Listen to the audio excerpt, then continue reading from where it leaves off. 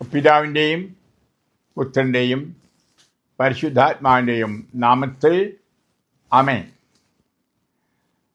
പ്രിയപ്പെട്ടവരെ, എൻ്റെ വിശുദ്ധ കുർബാന അനുഭവങ്ങൾ ഞാൻ നിങ്ങളോട് പങ്കുവെക്കുകയാണല്ലോ. ഇത് 5-ാമത്തെ ദിവസം, 5-ാം എപ്പിസോഡാണ്.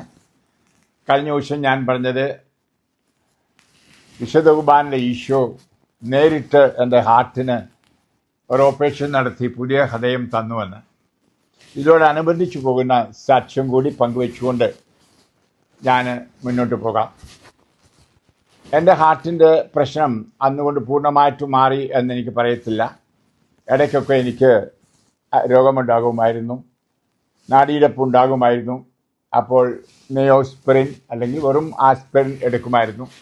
എന്നാലും എന്നും ആ മരുന്നില്ലായിരുന്നു. വല്ലപ്പോഴൊക്കെ ചിലപ്പം ഓടുമ്പോൾ ചാടുമ്പം കളിക്കുമ്പോഴൊക്കെ ആയിരുന്നു അങ്ങനെ ഉണ്ടാകുന്നത്.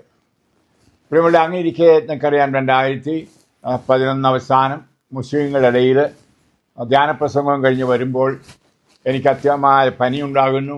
ആ പിറ്റേ ആഴ്ചയിലാണ് എൻ്റെ ജ്യേഷ്ഠൻ്റെ മകൻ ജിജോയുടെ പുത്തൻ കുർബാന. അതിന് ബോംബെക്ക് പട്ടത്തിന് പോകണം. ഇതെല്ലാം പ്ലാൻ ചെയ്തുകൊണ്ടിരിക്കുമ്പോഴാണല്ലോ എനിക്ക് GBS ഗില്ലാം പാരെ രോഗം വരുന്നത്. അത് നിങ്ങൾക്കറിയാം, എങ്കിലും ആമുഖമായിട്ടങ്ങ് പറഞ്ഞു എന്ന് മാത്രം. ഞാൻ അവിടെ 17-18 ദിവസം അബോധാവസ്ഥയിൽ കോമായിലായിരുന്നു. അത് 4 മാസം വെന്റിലേറ്ററിൽ കിടന്നു. രക്ഷപ്പെടുമെന്ന് ആരും പറഞ്ഞില്ല. അവിടെ വെച്ച് ഞാൻ എൻ്റെ അവസാനത്തെ കുർബാന ചെല്ലുന്നു. ഞാൻ മരിക്കുമെന്നുള്ള ബോധ്യം എനിക്കുണ്ടായിരുന്നു. അന്ന് എൻ്റെ ചുറ്റുമുള്ളവരും പരസ്പരം പറഞ്ഞു, ഇത് മാരക രോഗമാണ്, രക്ഷപ്പെടുകയില്ല എന്ന്. പ്രിയപ്പെട്ടവരെ, അതിനുശേഷം ഞാൻ അബോധാവസ്ഥയിൽ ആകുന്നു. ആ സമയത്ത് എൻ്റെ ഒരു ആധ്യാത്മിക മകൻ, എന്നെ ഒത്തിരി സ്നേഹിക്കുന്ന, ഞാൻ വഴിയായിട്ട് ഇന്ന് ഭജനപ്രഘോഷകനായി തീർന്നിട്ടുള്ള ഒരു ഓസ്ട്രിയക്കാരൻ അച്ഛൻ, ഒരു വിൻസെൻഷ്യൻ അച്ഛനാണ്, ഫ്ലോറിയാൻ എന്ന് പറയും. അദ്ദേഹം എൻ്റെ കൂടെ എന്നെ ആശുപത്രിയിലാക്കിയ, എന്നോടുകൂടി ഒരു എപ്പോഴും കാവൽമാലയെ പോലെ ഭജന ശുശ്രൂഷയിൽ സഹായിക്കുന്ന, ഈ രോഗം വന്നപ്പോൾ അമ്മയെപ്പോലെ സഹായിച്ചിരുന്ന ഗാബി എന്ന് പറയുന്ന പെറുവി, സൗത്ത് അമേരിക്കയിൽ പെറുവിൽ നിന്നുള്ള ആൾ. അവളായിരുന്നു എൻ്റെ എല്ലാ കാര്യങ്ങളും നോക്കുന്നത്. അവൾ മറ്റുള്ളവരും കൂടി അച്ഛനോട് പറഞ്ഞൊരു കുർബാന ചെല്ലണം അച്ഛന് വേണ്ടി. അപ്പോൾ അവിടെ ആ ആശുപത്രിയിലെ കപ്പേളയിൽ തന്നെ അദ്ദേഹം കുർബാന ചൊല്ലി.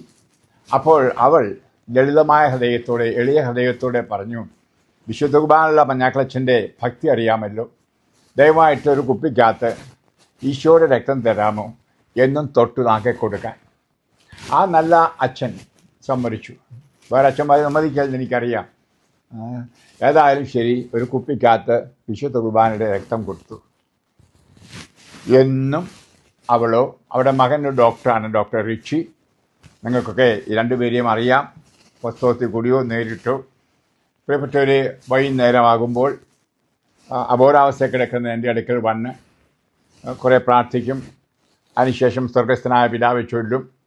എന്നിട്ട് ഈ കുപ്പി തുറന്ന് സിറിഞ്ച് വെച്ച് ചിലപ്പോൾ, അല്ലെങ്കിൽ വിരളിൽ തൊട്ട് ഒരു തുള്ളി ഈശോയുടെ രക്തം എൻ്റെ നാവിൽ വയ്ക്കുമായിരുന്നു. പ്രിയപ്പെട്ട, ആ സംഭവം ഞാൻ പറഞ്ഞാൽ അത് ശരിയാവില്ല. ഈ ഡോക്ടർ ഋഷി തന്നെ പറഞ്ഞാൽ നല്ലതായിരുന്നു എന്ന് തോന്നിപ്പോകുന്നു. ഡോക്ടർമാരൊക്കെ പലരും കണ്ടു. ആദ്യം അവർ വിലക്കി, കാരണം അബോധാവസ്ഥ കിടക്കുന്ന ആർക്ക് വെള്ളം കൊടുക്കാൻ പറ്റത്തില്ല. ആ അവസ്ഥയിൽ എന്തോ എനിക്ക് തരുന്നതായിട്ട് നേഴ്സുമാർ റിപ്പോർട്ട് ചെയ്തു. അപ്പോൾ വളരെ ശക്തമായ ഭാഷയിൽ അമ്മയും മകനും, അതായത് ഗാബിയും മകനും പറഞ്ഞു, ഞങ്ങൾ ഒരു വെള്ളവും തീറ്റയും കൊടുക്കുന്നില്ല, ഈശോയുടെ ചോരയാണ് എന്ന്. അവർക്ക് വിശ്വാസമൊന്നുമില്ലാത്തവരായിരുന്നു പലരും ആ ആശുപത്രിയിൽ ജോലി ചെയ്ത ഡോക്ടർമാരോ നേഴ്സുമാരൊക്കെ എന്നെനിക്കറിയാം. അവരെ വകവയ്ക്കാണ്ടായിരുന്നു എനിക്ക് തന്നുകൊണ്ടിരുന്നത് തിരുരക്തം. പ്രിയപ്പെട്ടവരെ, ഈ തിരുരക്തം എൻ്റെ നാവിൽ വയ്ക്കുമ്പോൾ എൻ്റെ ശരീരം അനങ്ങാൻ തുടങ്ങി. അതവർ പറഞ്ഞാൽ പിന്നീട് കണ്ണിമയ്ക്കാൻ തുടങ്ങുമായിരുന്നു. ഞാൻ തളർന്നു പോയത് എൻ്റെ ഒറ്റ കണ്ണ് എന്ന് അനങ്ങുന്നുള്ളൂ ഓർക്കണം. അതുപോലെ തെളിഞ്ഞപ്പോൾ അബോധാവസ്ഥ മുഴുവനായി ഞാൻ പാരലൈസ്ഡായി തളർന്നു പോയതാണെന്ന് ഓർക്കണം. എൻ്റെ ബ്രെയിൻ, എൻ്റെ തലച്ചോറിൻ്റെ പകുതി മാത്രം പോയില്ല. അതുകൊണ്ടാണ് ഇന്ന് ബുദ്ധിയും ഓർമ്മയൊക്കെ ഉള്ളത്. പ്രിയപ്പെട്ട, ആ അവസ്ഥ കിടക്കുന്ന നിർജീവാവസ്ഥയെ ചത്തുനിർത്ത് ജീവിച്ചിരിക്കലും ശവം പോലെ കിടക്കുകയാണ്.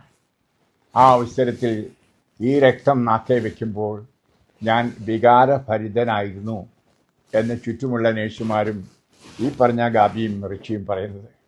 എൻ്റെ പൾസ് കൂടുമായിരുന്നു. മോണിറ്ററെ നോക്കുമ്പോൾ ഞാൻ വാ പൊടിക്കാൻ പരിശ്രമിക്കുന്നുണ്ടായിരുന്നു, കണ്ണ് തുറക്കാൻ പരിശ്രമിക്കുന്നുണ്ടായിരുന്നു. ഈ രക്തം തരുമ്പോൾ അവർക്കൊരു അതിശയമായിരുന്നു.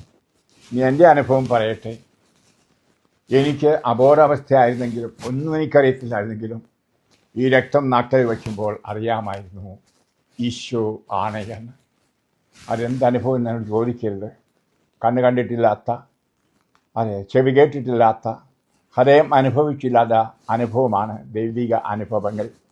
നമ്മൾ 1 കൊരിന്ത്യർ 2-9 വായിക്കുന്നുണ്ടല്ലോ. പ്രിയമുള്ളവരെ, ആ നാക്കെ തൊടുമ്പോൾ ആമേൻ എന്ന് പറയണം. കാരണം അവർ പറയും മറുപടി, അവർ പറയും ഈശോയുടെ തിരക്തമെന്ന്. ലത്തീൻ ക്രമത്തിൽ അങ്ങനെയാണ്. അപ്പോൾ എല്ലാവരും ആമേൻ മറുപടി പറയണം. ഞാൻ അതിന് പരിശ്രമിക്കുന്നുണ്ടായിരുന്നു. ഈശോ ആണെന്ന് എനിക്കറിയാമായിരുന്നു. തന്നു കഴിയുമ്പോൾ ഞാൻ വീണ്ടും പഴയ പോലെ നിശബ്ദതയിലാകുമായിരുന്നു. അങ്ങനെ ഓരോ ദിവസവും തന്നുകൊണ്ടിരുന്നു. എൻ്റെ ഈ നാടിയിരിപ്പും വികാരവും വർദ്ധിക്കുന്നവർ നോട്ട് ചെയ്യുന്നുണ്ടായിരുന്നു.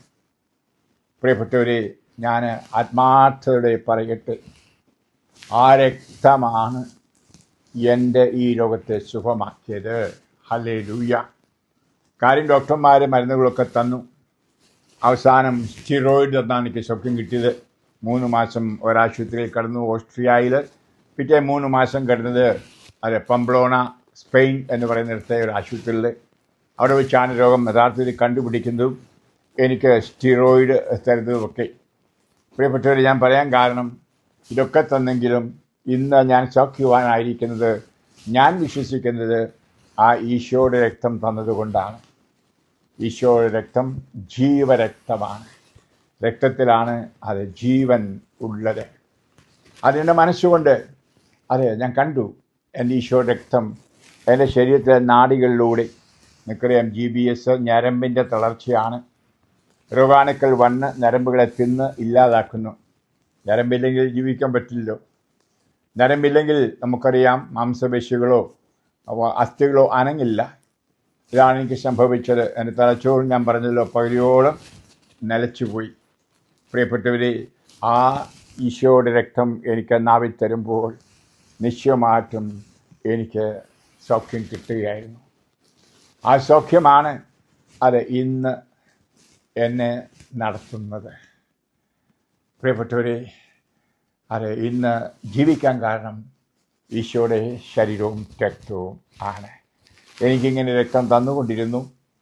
സ്വയമേ കണ്ണ് തുറന്ന് ബോധം വന്നു, അപ്പോഴും തന്നുകൊണ്ടിരുന്നു. പിന്നീട് എനിക്ക് ഏതെങ്കിലും വെള്ളത്തിൽ കലക്കി കുടിക്കാൻ തുടങ്ങിയപ്പോൾ മുതൽ ഈശോയുടെ ശരീരം രക്തത്തിൽ മുക്കി അത് കുഴച്ച് ചാറാക്കി എനിക്ക് നാക്കി തരുമായിരുന്നു. അതിനുശേഷം എനിക്ക് ഓസ്തിയും തിരുവോസ്തിയും തിരക്തവും നേരിട്ട് സ്വീകരിക്കാൻ കഴിഞ്ഞു. പലപ്പോഴും ഒരു വൈദികൻ വന്ന് എൻ്റെ അടുക്കൽ ബലിയർപ്പിക്കുമായിരുന്നു. അങ്ങനെ പടിപടിയായിട്ട് അവിടുത്തെ ശരീരവും രക്തവുമാണ് എനിക്ക് സൗഖ്യം തന്നത്. ഹല്ലേലൂയ. യേശു സൗഖ്യദാതാവാണ്. ഒരു മനുഷ്യനും ആരെ സുഖപ്പെടുത്താൻ പറ്റില്ല, ദൈവത്തിനെ കഴിയൂ. ദൈവമാണ് നമ്മളെ രൂപപ്പെടുത്തിയത് അമ്മയുടെ രൂപത്തിൽ, അമ്മയുടെ ഉദരത്തിൽ. വീണ്ടും അതിനെ രൂപപ്പെടുത്തുവാൻ, സൗഖ്യപ്പെടുത്തുവാനായിട്ട് ഈശോയ്ക്കേ പറ്റൂ. ആ ദൈവം, ആ ഈശോ ഇന്നും ജീവിക്കുന്നു, ഇന്നും പുതിയ സൃഷ്ടിത്വം നടത്തുന്നു, സൃഷ്ടികർമ്മം നടത്തുന്നു, സൗഖ്യം കൊടുക്കുന്നു. അതേ പ്രിയപ്പെട്ടവരെ, ഈശോയുടെ അടുക്കൽ പോകൂ സൗഖ്യത്തിനായിട്ട്. ഈശോയെ വിളിക്കൂ. അതേ ശരീരവും രക്തവും ഭക്ഷിച്ചു പാനം ചെയ്യൂ. ഞാൻ കഴിഞ്ഞ എപ്പിസോഡിൽ പറഞ്ഞതുപോലെ ആത്മീയ സൗഖ്യവും ശാരീരിക സൗഖ്യവും അവിടെ കിട്ടും. നമ്മൾ സൗഖ്യം കൊടുക്കുന്ന അച്ഛന്മാരുടെയും ആളുടെ അടുക്കൽ പോയി തലയെ കഴിച്ച് പ്രാർത്ഥിക്കുന്നു. ഞാനതിനൊന്നും എതിരല്ല, നല്ലതാണ്, കർത്താവിൻ്റെ വരമാണ്. അതിനെല്ലാം ഉപരിയായിട്ട് നേരിട്ട് പോകൂ. ഞാൻ പറയുന്ന പോലെ ഈശോയുടെ ഭാഷ തന്നെ തിന്നു കുടിക്കൂ. കടിച്ചു തിന്നാനാണ്, ചവച്ചരച്ച് തിന്നാൻ. ഈശോയുടെ ശരീരം മാസ്റ്റിഗേറ്റ് എന്ന ഇംഗ്ലീഷ് വാക്കാണ് ഭക്ഷിക്കുവൻ എന്ന് ഈശോ ഉപയോഗിച്ചത്. എങ്കിൽ ആ ശരീരവും രക്തവും നിൻ്റെ ശരീരത്തോടും രക്തത്തോടും കൂടി ഒന്നായി തീരുമ്പോൾ എല്ലാ രോഗങ്ങളും മാറും, സൗഖ്യം കിട്ടും. നിങ്ങളുടെ വിശ്വാസത്തിൽ ആഴപ്പെടാൻ ഞാൻ പ്രാർത്ഥിക്കാം. ശാന്തമായി കണ്ണുകളടച്ച് കൈകൾ മാറോട് വയ്ക്കൂ. കനിവനലരുമായ ഈശോയെ, എൻ്റെ ജീലാംബരെ രോഗത്തിൽ നിന്ന് അങ്ങാണ് എനിക്ക് സൗഖ്യം തന്ന് എനിക്ക് ബോധ്യമുണ്ട്. തലയിൽ കൈവച്ച് പ്രാർത്ഥിച്ചത് കൊണ്ടല്ല, ആരെങ്കിലും ജെയിംസ് നീ സുഖപ്പെട്ടു എന്ന് പറഞ്ഞത് കൊണ്ടല്ല, പിന്നെയോ അങ്ങ് ഇന്നും സന്നിഹിതനായിരിക്കുന്ന അങ്ങയുടെ ആ ജീവ സാന്നിധ്യത്തിൽ നിന്ന് അങ്ങയുടെ ശരീരത്തിലൂടെയും രക്തത്തിലൂടെയും ഒഴുകുന്ന കൃപ, അഥവാ ശരീരവും രക്തവും തന്നെ എന്നെ തൊട്ടുകൊണ്ടാണ് സുഖപ്പെടുത്തുന്നത്. ഞങ്ങൾ ഓരോരുത്തരും എത്രയോ ഭാഗ്യവാന്മാർ. ഗലീലായാലും യൂദയായാലും ആളുകൾ അവിടുത്തെ പോയി തുടരണമായിരുന്നു സൗഖ്യം കിട്ടുവാൻ. ഇപ്പോൾ അവിടുന്ന് വരുന്നു, ഇതാ എൻ്റെ ശരീരം തിന്നു എന്ന് പറഞ്ഞ്, ഇതാ എൻ്റെ രക്തമെന്ന് പറഞ്ഞ് വച്ചു നീട്ടുന്നു. രക്തം അനുദൂരമുള്ള പള്ളിയിൽ സംബന്ധിച്ചുകൊണ്ട് എല്ലാ രോഗങ്ങൾക്കും ഒരു സൗഖ്യം കിട്ടുവാനുള്ള വിശ്വാസത്തിൽ ഇത് കേൾക്കുന്ന എൻ്റെ മക്കളെ ആഴപ്പെടുത്തണമേ. ഇവരോരോരുത്തരെയും ഇന്നും ജീവിക്കുന്ന ഈശോയുടെ ഹൃദയത്തിൽ, ദിവികാന ഹൃദയത്തിൽ അർപ്പിച്ച് ഞാനിപ്പോൾ ആശീർവദിക്കുന്നു. പിതാവിൻ്റെയും പുത്രൻ്റെയും പരിശുദ്ധാത്മാവിൻ്റെയും നാമത്തിൽ ആമേൻ. Praise the lord. ഹല്ലേലൂയ.